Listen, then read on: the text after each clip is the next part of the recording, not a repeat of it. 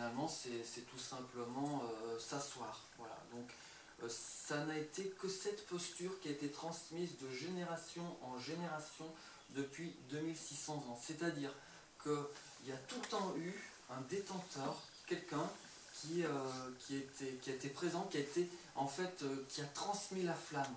L'esprit du Bouddha, il s'est éveillé, et après il y a eu quelqu'un, il y a eu un disciple, Mahakashyapa, qui lui avait compris l'essence de l'esprit du Bouddha, puisqu'en fait c'est extrêmement subtil. Et même au début, en fait, le Bouddha ne voulait même pas enseigner, parce qu'il savait que son enseignement était extrêmement subtil, et il doutait en fait que les gens puissent comprendre son enseignement.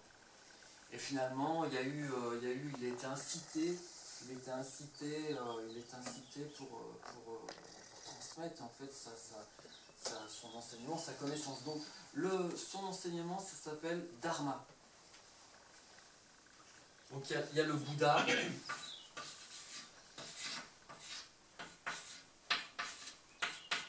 Il y a le Bouddha. Il y a le Dharma.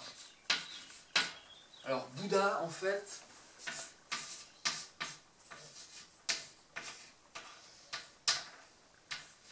c'est l'esprit. Et Dharma,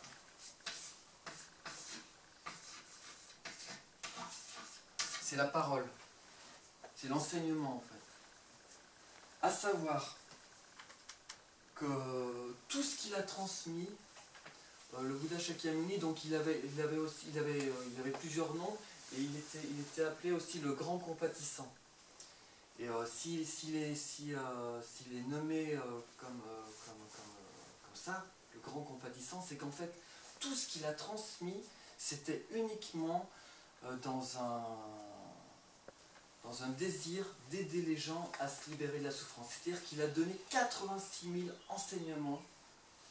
86 000 enseignements, c'est-à-dire qu'en fait, pour tout type de mentalité, en fait, pour ceux ou celles qui veulent actualiser l'état de Bouddha, qui en ont marre de souffrir, et qui veulent actualiser le nirvana, c'est possible.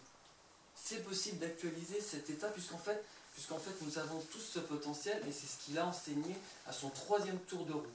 Il a tourné 3 fois la roue, et à son 3e tour de roue, il a dit qu'en fait, tout le monde a le potentiel de l'éveil. Tout le monde a la nature de Bouddha. Alors, Tathagata Garbha, en sanskrit, pour ceux qui connaissent, Tathagata Garbha, ça veut dire que tout le monde a le potentiel de l'éveil.